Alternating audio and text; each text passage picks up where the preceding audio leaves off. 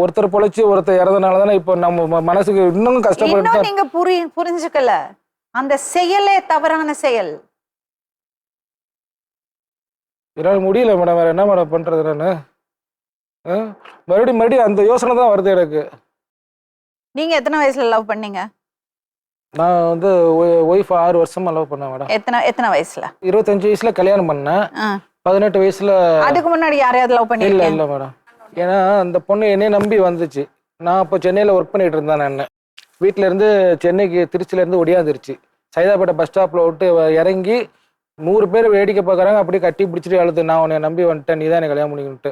College முடிச்ச மறுநாளே அப்புறம் நேராக ஃப்ரெண்டு வீட்டுக்கு கூப்பிட்டு போயிட்டு இங்கே மேரேஜ் பண்ணி சொல்லிட்டு வடபழனி கோயில் வச்சு எனக்கு கல்யாணம் பண்ணி வச்சுட்டாங்க. உங்க குடும்பத்துல யாரும் சப்போர்ட் இல்லையா? நாங்கள் 5 பேர் அண்ணன் தம்பி, பேச்சுவார்த்தை ஒன்றும் இல்லை. ஏன்? இறந்ததுக்கு வந்தாங்க 2 பேர் அண்ணன் வந்தாங்க. ஒருத்தர் ஃபாரின்ல இருக்கான். 2 பேர் அண்ணன் வந்தாங்க.